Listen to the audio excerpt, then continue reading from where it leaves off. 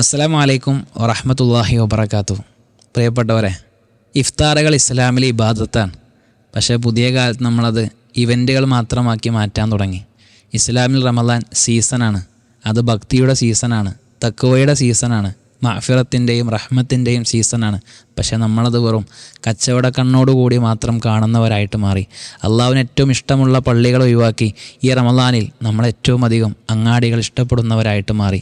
പുതിയ ശീലങ്ങളും പുതിയതായ രീതികളൊക്കെ റമദാൻ നമ്മൾ സ്വീകരിക്കുമ്പോൾ അതൊക്കെയും റമദാനിനെ നമ്മിൽ നിന്നും അകറ്റി നിർത്തുന്നതായിട്ട് നമ്മൾക്ക് മാറുന്നുണ്ടോ എന്ന് ഗൗരവമായിട്ട് ആലോചിക്കണം. ഒരുപാട് ദിനരാത്രങ്ങൾ കടന്നുപോയി. റമദാൻ കിട്ടിയവരാണ് നമ്മൾ.